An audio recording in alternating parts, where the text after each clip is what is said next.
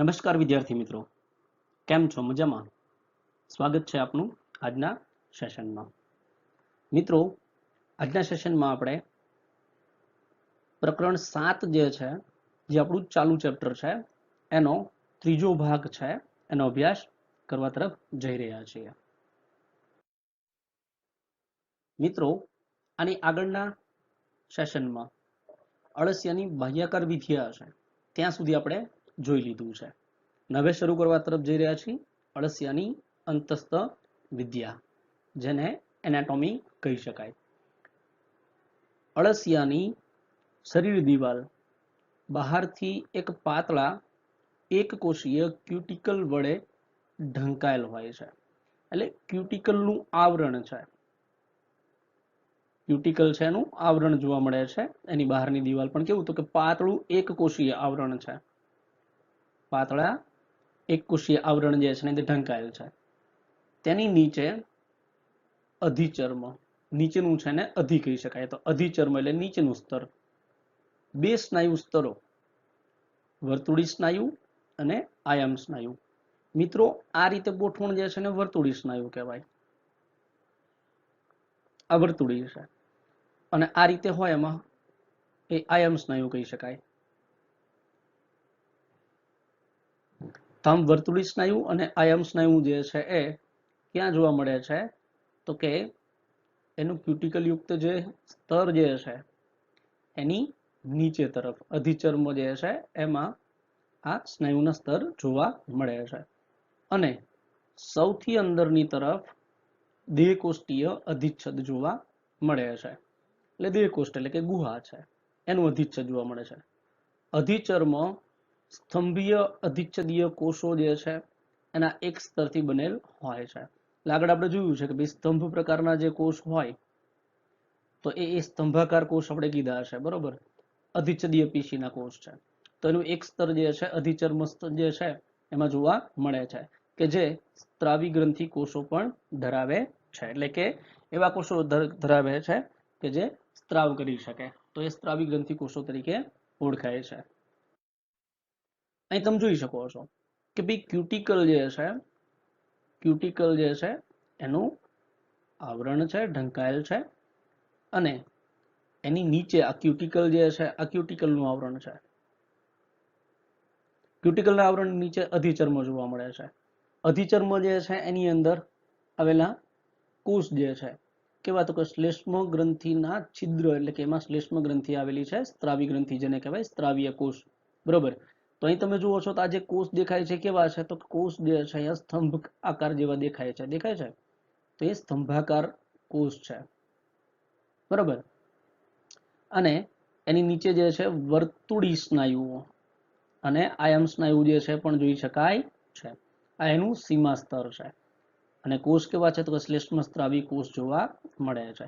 શ્લેષ્મ સ્ત્રાવી કોષ છે એની નીચે જોવા જઈએ તો તલસ્થ કોષ જે છે પણ જોવા મળે છે. અને આધાર આપતા કોષ જે છે આધાર કોષ તરીકે ઓળખાય છે. અને આલ્બ્યુમિન સ્ત્રાવી કોષ પણ એમાં આવેલ હોય છે, જે આલ્બ્યુમિન જે છે એનો સ્ત્રાવ કરે છે, આલ્બ્યુમિન પ્રોટીનનો. તો મિત્રો, આ જે છે એ અળસિયાની શરીર દિવાલ જે છે, બરોબર, એની રચના છે, એનો આપણે અભ્યાસ કર્યો. વાત કરીએ એના પાચન માર્ગની તો અળસિયું જે છે એનો પાચન માર્ગ જે છે સીધી નલિકા છે, જે તમે આકૃતિમાં જોઈ શકો છો. અને શરીરના પ્રથમથી અંતિમ ખંડ સુધી લંબાયેલ હોય છે. આપણે જોયું છે કે ભાઈ 100 થી 120 જેટલા ખંડ જે છે એમાં આખું શરીર એનું વહેંચાયેલું છે. એમાં પ્રથમ ખંડથી તે અંતિમ ખંડ જે છે ત્યાં સુધી જે છે લંબાયેલી નળી જે છે જે પાચન માર્ગ છે. અગ્રસ્ત મુખ એ મુખ ગુહા તરીકે 1 થી 3 ખંડો જે છે એમાં ખુલે છે, જે સ્નાયુલ કંઠનળીમાં ખુલે છે. એટલે 1 થી 3 જે છે એમાં શું છે તો કે મુખ જે છે, અને મુખ એ જે છે સ્નાયુમય કંઠનળી જે છે એની અંદર ખુલે છે. નાની સાંકડી નલિકામય અન્નનળી જે 5 થી 7 ખંડમાં આવેલી છે, આ અન્નનળી છે, જે 5 થી 7 ખંડ જે છે એમાં આવેલી છે, બરોબર. તો એ સ્નાયુલ પેશણી જે 8 થી 9 ખંડ જે છે એને સુધી વિસ્તરેલ હોય છે. અહીં જો પેશણી લખેલું છે, બરોબર. તો એ 8 થી 9 ખંડ જે છે એમાં પેશણી જે છે એની રચના જોવા મળે છે. તો ત્યાં સુધી વિસ્તરેલ હોય છે. એનું કામ શું જોજો તો કે તે માટીના કણો અને કોવાયેલા પર્ણો જે છે વગેરેને ભરડીને ભૂકો કરે છે. પેશડીનું કામ જે છે ને એ શું છે તો કે ભૂકો કરવાનું એટલે કે એને ભરડવાનું કામ છે અને સરળ બનાવવાનું કામ છે જટિલને. જઠર જે છે 9 થી 14 ખંડ સુધી જે છે વિસ્તરેલું જોવા મળે છે. 9 થી 14 ખંડ જે છે ત્યાં વચ્ચે શું આવેલું છે તો કે જઠર જે છે જોવા મળે છે. અળસિયાનો ખોરાક જે છે એ કોવાયેલા પર્ણ અને માટીમાં મિશ્રિત કાર્બનિક પદાર્થો હોય છે અને એના જઠર જે છે એમાં આવેલી કેલ્સીફેરસ ગ્રંથિઓ છે એ હ્યુમસમાં રહેલ હ્યુમિક એસિડ જે છે એને તટસ્થ બનાવે છે. મિત્રો અહીંથી ક્વેશ્ચન નીકળી શકે છે કે જઠરમાં આવેલ કેલ્સીફેરસ ગ્રંથિ જે છે એનું કામ શું છે તો હ્યુમસમાં રહેલ હ્યુમિક એસિડ જે છે એને તટસ્થ કરવાનું કામ છે. પણ આ હ્યુમિક એસિડ ને હ્યુમસ શું છે તો મિત્રો હ્યુમસ જે છે એ જમીનનો ભાગ છે જે કહી શકાય કે ભાઈ વનસ્પતિ છે એના મૂળ જે છે બરોબર એ એના દ્વારા અથવા તો એને મદદરૂપ હોય અને એ જે છે માટી જે છે એને ખોરાક તરીકે અળસિયું લે તો એ માટી જે છે એમાં રહેલી હ્યુમસ જે છે એ હ્યુમસમાં રહેલી હ્યુમિક એસિડ જે છે એને તટસ્થ બનાવવા માટે કેલ્સીફેરસ ગ્રંથિ જે છે એના જઠરમાં આવેલી હોય છે. આંતરડાની વાત કરીએ તો 15મા ખંડથી શરૂ થઈને છેલ્લા ખંડ સુધી જે છે સળંગ હોય છે આંતરડું. તો 15મો ખંડ જે છે ત્યાંથી શરૂઆત થાય અને છેલ્લા ખંડ સુધી લંબાયેલ છે. 26મા ખંડમાં આંતરડામાંથી એક જોડ ટૂંકા અને શંકુ આકારના અંધાંત્રો ઉદ્ભવે છે. અહીંયા લખેલું છે આંત્ર અંધાંત્રો.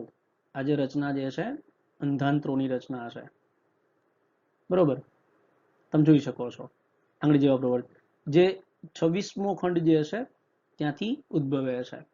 26 થી 95 ખંડોની વચ્ચે આવેલ આંતરડાની વિશિષ્ટતા એ છે કે તેની પૃષ્ઠ દિવાલ આંતરિક મધ્યવલન પામે છે જેને ભીતિભંજ તરીકે ઓળખવામાં આવે છે.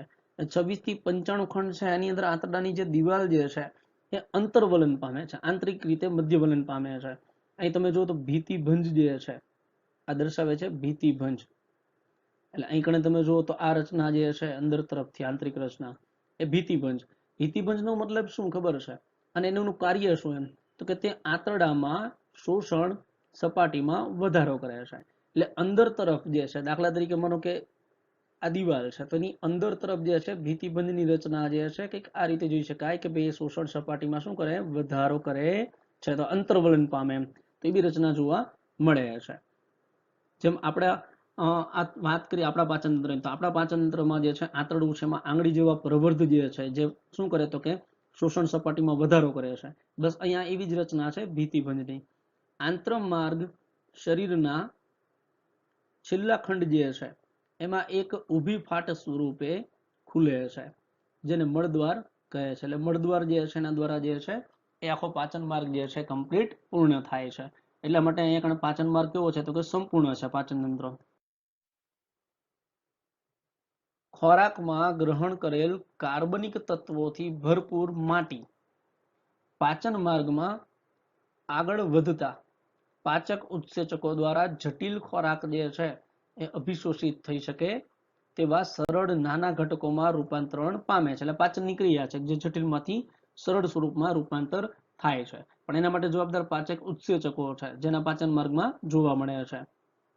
આ સરળ અણુઓ આંત્રપટલ કીધું છે એટલે આંતરડું જે છે એની દિવાલ છે એમ એ પટલ કહેવાય એના દ્વારા શોષણ પામે છે અને એના શરીર દ્વારા જે છે એના ઉપયોગમાં લેવાય છે.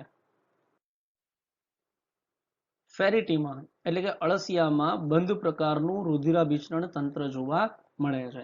એટલે પાચન માર્ગની વાત કરીએ પાચન તંત્ર તો સળંગ છે પહેલા જે કહીએ કે ખંડથી છેલ્લા ખંડ સુધી જે છે એ કમ્પ્લીટ જે છે આખું જોવા મળે છે નલિકામય રચના.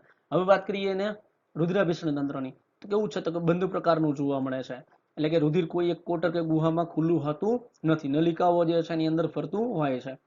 રુધિરાભિસરણ તંત્રમાં રુધિરવાહિનીઓ કેશિકાઓ અને હૃદયનો સમાવેશ થાય છે. આકૃતિમાં તમે જોઈ શકો છો કે ભાઈ પૃષ્ઠ વાહિની એટલે કે પૃષ્ઠ રુધિરવાહિની છે પાર્શ્વ હૃદય છે આ જે રચના જે છે હૃદયની છે પાર્શ્વ એટલે બાજુ ઉપર આવેલ વચ્ચે પાછો આ પાચન માર્ગ છે પાર્શ્વ અન્નનાલીય હૃદયો એટલે કે અંનળી જે છે એની પાર્શ્વ આવેલા હૃદય જે છે બરોબર એ નીચે જે છે અગ્રપાશ છે, વક્ષ વાહિની છે, બરોબર, પાર્શ્વ અન્નલીય વાહિની છે. આ બધી વાહિનીઓ જે છે તો કે રુધિર વાહિનીઓ છે, બરોબર.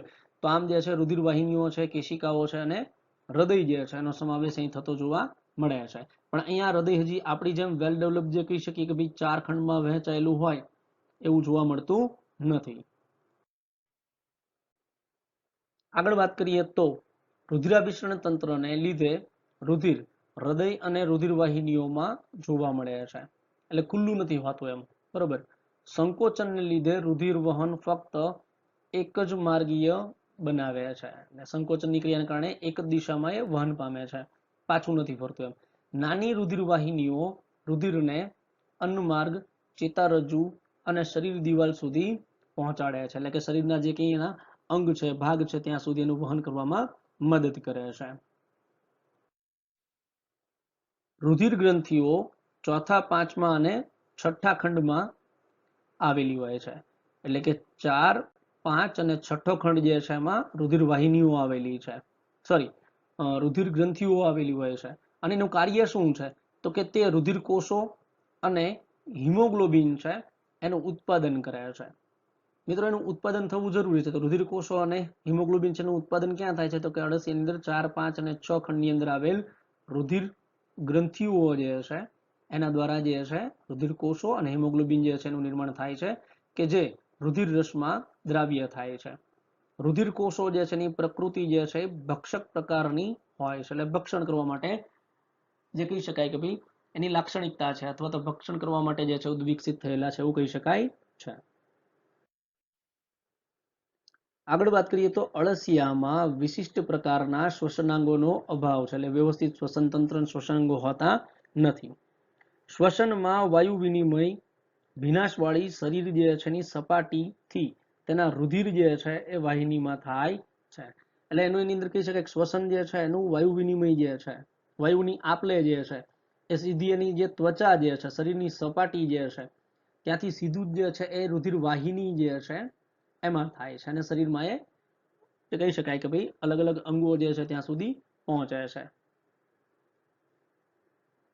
આગળ વાત કરીએ ઉત્સર્જન તંત્રની, તો ઉત્સર્ગ અંગો ખંડીય રીતે ગોઠવાયેલ અને ગૂંચળામય નલિકાઓના બનેલા હોય છે, જેને શું કહેવાય તો કે ઉત્સર્ગિકા તરીકે ઓળખવામાં આવે છે. ઉત્સર્જન તંત્રમાંનો આપણે ઉલ્લેખ નાનો એવો જોયેલો છે, તે ઉત્સર્ગિકા તરીકે ઉત્સર્જન અંગ છે. તેના 3 પ્રકાર જોવા મળે છે ઉત્સર્ગિકાના. એક છે વિટપીય ઉત્સર્ગિકા. શું છે વિટપીય ઉત્સર્ગિકાઓ? તો વિટપીય ઉત્સર્ગિકાઓ 15 ખંડ જે છે એના પછી છેલ્લા ખંડ સુધી દરેક ખંડ જે છે એની આંતરખંડીય વિટપ જે છે એની બંને બાજુએ આવેલ છે, જે આંતરડામાં ખુલે છે, બરોબર. એટલે કે શરીર જે છે એમાં જે વિટપીય ઉત્સર્ગિકાઓ જે છે 15 ખંડ પછી છેલ્લા ખંડ સુધી જે છે સળંગ દરેક ખંડ જે છે એની આંતરખંડ કીધું છે, એટલે માનો કે આ એક ખંડ છે, આ બીજો ખંડ છે, ત્રીજો ખંડ છે, તો ખંડ જે છે એનું આંતરખંડ એટલે આ ભાગ થાય, બરોબર. એમ તો એ વચ્ચેનો ભાગ, એમ તે આંતરખંડ જે છે એની બંને બાજુએ આવેલી હોય છે અને આંતરડામાં ખુલે છે. એ તમે આકૃતિ જોઈ શકો છો. તો આ વિટપીય ઉત્સર્ગિકા જે છે એ અહીં તમે જુઓ તો ખંડ જે છે આ ખંડ છે, ખંડની બંને બાજુ જે છે એની રચના જોવા મળે છે. તો આ રીતે જે છે વિટપીય ઉત્સર્ગિકાઓ જે છે જોઈ શકાય છે. બીજું આવે છે ત્વચીય ઉત્સર્ગિકા. 3 પ્રકાર છે એમાં બીજું આવે છે ત્વચીય ઉત્સર્ગિકાઓ. ત્રીજા ખંડ જે છે એના પછીના તમામ ખંડોની શરીર દિવાલ જે છે એની સપાટી સાથે ચોંટેલી હોય છે. આ બધી ઉત્સર્ગિકાઓ શરીર દિવાલની બહારની સપાટી પર ખુલે છે. અહીં તમે જુઓ તો જે ત્વચીય ઉત્સર્ગિકા છે એ દર્શાવેલ છે.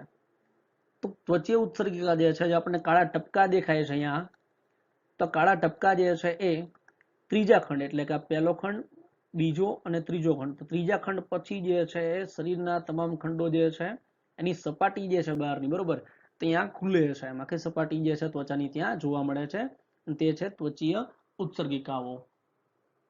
આગળ ત્રીજો પ્રકાર આવે છે એનો મિત્રો કંઠનાલીય ઉત્સર્ગિકાઓ.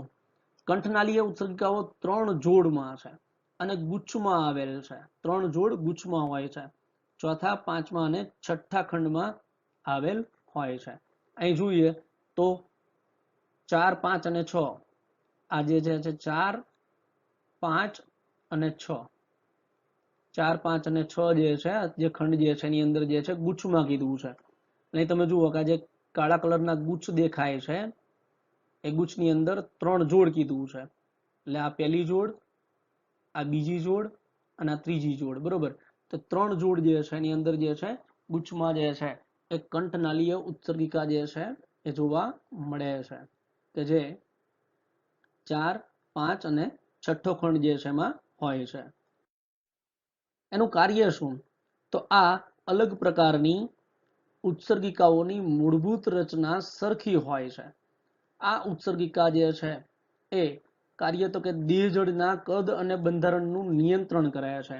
એટલે કે દેહજળ એટલે એનું રુધિર, સમજો તો રુધિર જે છે એનું કદ અને રુધિરનું બંધારણ જે છે એનું નિયંત્રણ કરે છે. ઉત્સર્ગિકા નિવાપ જે છે એનાથી શરૂ થાય છે કે જે કોષ્ઠીય અવકાશમાં વધારાના પ્રવાહી જે છે એને ભેગું કરે છે. હવે જે નિવાપની વાત કરીએ તો એનો જે છેડો હોય એ કંઈક આ પ્રકારે ફૂલાયેલો હોય એવું કહી શકાય. એમ નિવાપ જે છે અથવા તો આ પ્રકારે હોય એવું કહી શકાય છે, બરોબર.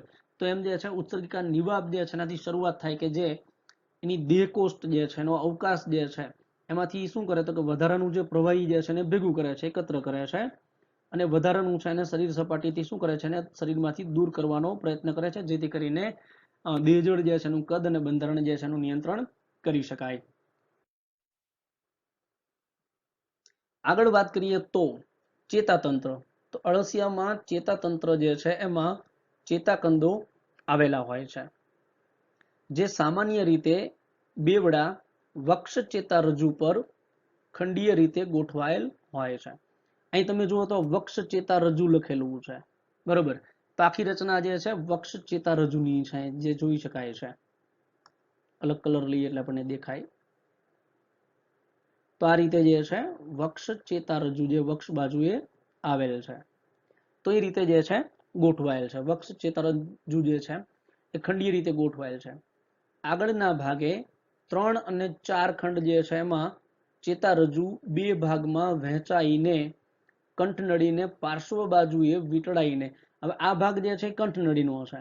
અહીં આ ભાગ તમે જુઓ છો એ કંઠનળીનો ભાગ છે. તે કંઠનળીનો ભાગ જે છે એને આવરણ આપે છે, બરોબર.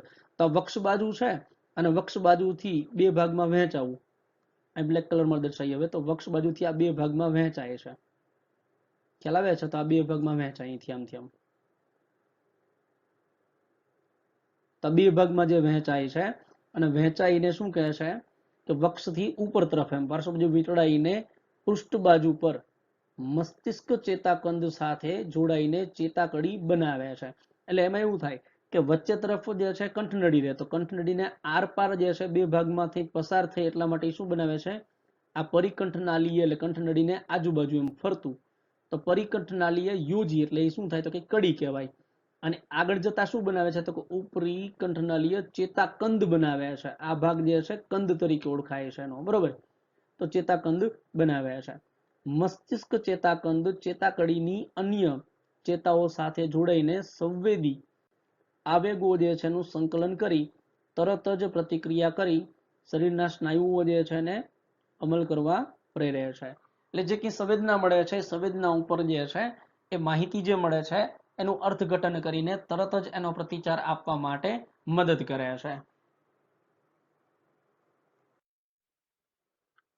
અળસિયામાં આંખો જેવા વિશેષ સંવેદના અંગ જે છે એ અવયવો આવેલા હોતા નથી, પરંતુ તેમાં કેટલાક પ્રકાશ અને સ્પર્શ સંવેદી અંગો એટલે કે ગ્રાહી કોષો વિકાસ પામેલા હોય છે. પ્રકાશની તીવ્રતા અને જમીનમાં થતા કંપન જે છે એ વગેરેથી પ્રેરિત કરે છે, એટલે કે એનાથી ઉત્તેજિત થાય છે અને સંવેદના મેળવે છે, માહિતી મેળવે છે. અળસિયામાં વિશેષ પ્રકારની રસાયણ ગ્રંથિ એટલે કે સ્વાદગ્રાહી રચનાઓ હોય છે જે રાસાયણિક ઉત્તેજકોથી પ્રેરિત થાય છે. એટલે કે રાસાયણિક ઉત્તેજકો જે છે, બરોબર, એનો સ્વાદ જે છે અથવા તો એ રસાયણ કયા પ્રકારનું છે તો એના માટે રસાયણ ગ્રાહી રચનાઓ જે છે આવેલી હોય છે. આ સંવેદી અંગ અળસિયાના અગ્રભાગમાં આવેલા હોય છે, એટલે એનો અગ્રભાગ જે એનો મુખ ભાગ જે છે એ તરફ આવેલા હોય છે. તો આ જે છે એની સંવેદી રચના થઈ ગઈ, એટલે ચેતાતંત્ર અને સંવેદી રચના જોવા મળે, પણ આંખ જેવી સંવેદી રચના જે છે એનો અભાવ હોય છે. આગળ વાત કરીએ તો એના પ્રજનન તંત્રની. હવે વાત કરીએ એના પ્રજનન તંત્રની. તો અળસિયું જે છે એ મિત્રો ઉભયલિંગી પ્રાણી છે. ઉભયલિંગી પ્રાણીનો મતલબ શું થાય કે એવું પ્રાણી કે જેમાં એટલે કે એક જ પ્રાણીમાં શુક્રપિંડ અને અંડપિંડ બંને આવેલા હોય છે. આકૃતિમાં તમે જુઓ તો અહીંયા જે છે અંડપિંડ છે, બરોબર, અને અહીંયા જે છે શુક્રપિંડ કોથળી શુક્રપિંડ સાથે. તો અંડપિંડ અને શુક્રપિંડ બંને જોવા મળે છે. 10મા અને 11મા ખંડમાં 2 જોડ શુક્રપિંડ આવેલા હોય છે. અહીં આકૃતિમાં તમે જુઓ તો 10 અને 11મો ખંડ છે એમાં 2 જોડ, એટલે એક આ જોડ અને એક આ જોડ, એમ તો 2 જોડ જે છે એ શુક્રપિંડો જે છે આવેલા હોય છે.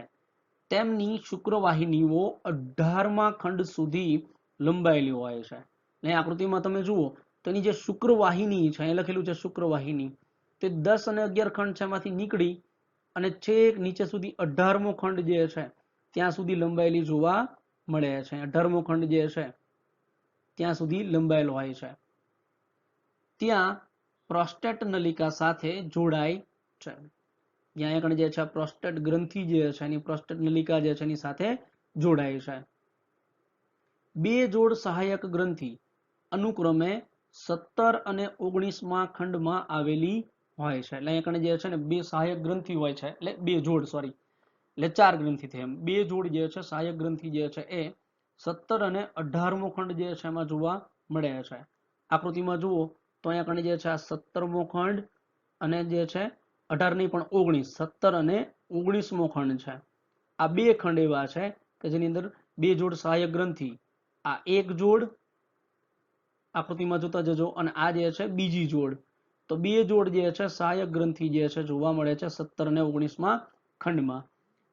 સામાન્ય પ્રોસ્ટેટ અને શુક્રવાહિની બહારની તરફ 18મા ખંડમાં વક્ષ પાર્શ્વ બાજુએ એક જોડ નરજનન છિદ્ર તરીકે ખુલે છે. એટલે શું કહે છે કે સામાન્ય પ્રોસ્ટેટ અને શુક્રવાહિની, તો અહીં તમે જુઓ તો અહીં લખેલું છે કે સામાન્ય પ્રોસ્ટેટ અને શુક્રવાહિની નલિકા જે 18મો ખંડ, એટલે આ વચ્ચેનો જે છે 18મો ખંડ છે, તો એ જે છે અહીંયા ખુલે છે. આ ભાગ જે છે ત્યાં બહાર તરફ ખુલે છે, એટલે વક્ષ સપાટીએ પાર્શ્વ બાજુએ ખુલે છે. આગળ વાત કરીએ તો 6 થી 9 આ પ્રત્યેક ખંડમાં શુક્ર સંગ્રહાશય જે છે એની એક જોડ આવેલ હોય છે. અહીંયા જુઓ તો 6, 7, 8 અને 9 એમાં એક જોડ, એટલે આ 1, આ 2, 3 અને 4 આ રીતે જે છે એ જોડ તમે જોઈએ તો અહીંયા જે છે શું કહે છે કે ભાઈ એ દરેકની અંદર દરેક ખંડની અંદર એક જોડ એવી 4 જે છે જોડ જે છે એ શેની આવેલી છે તો કે શુક્ર સંગ્રહાશય, કે જે સાથી પ્રાણીમાંથી મેળવેલા શુક્રકોષો જે છે એનો સંગ્રહ કરવા માટે જવાબદાર છે, એનું કાર્ય છે.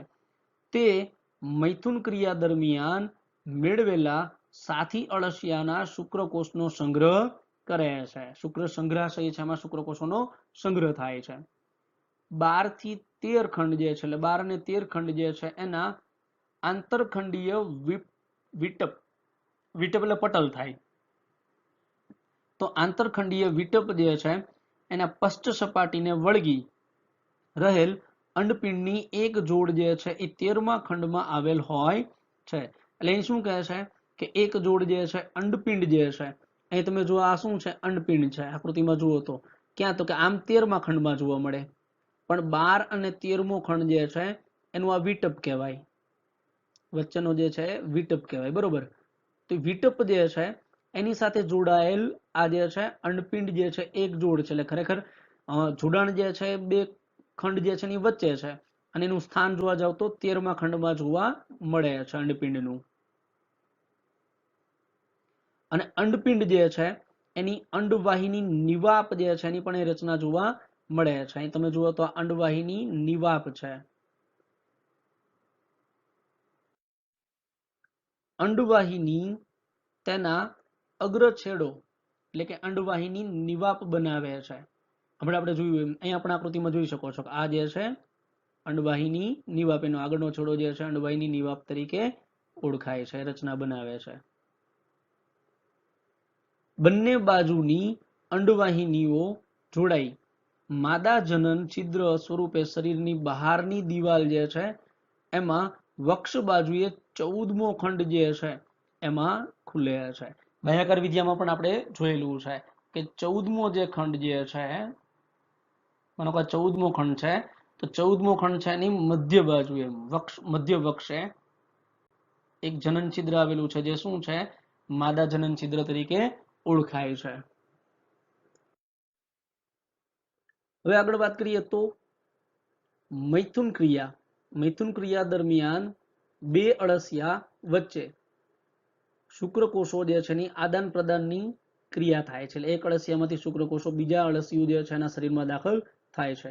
બે અળસિયા વિરુદ્ધ દિશામાં જોડાઈને, એકનું મુખ તો બીજાનો જે છે મળદ્વારનો ભાગ હોય એ રીતે એકમેકથી વિરુદ્ધ ભાગમાં જોડાઈને એકબીજાના સંપર્કમાં આવે છે તથા તેના જનન છિદ્રો એકબીજાના સંપર્કમાં આવીને પોતાના શુક્રકોષના સમૂહ જે છે એની આપલે કરે છે.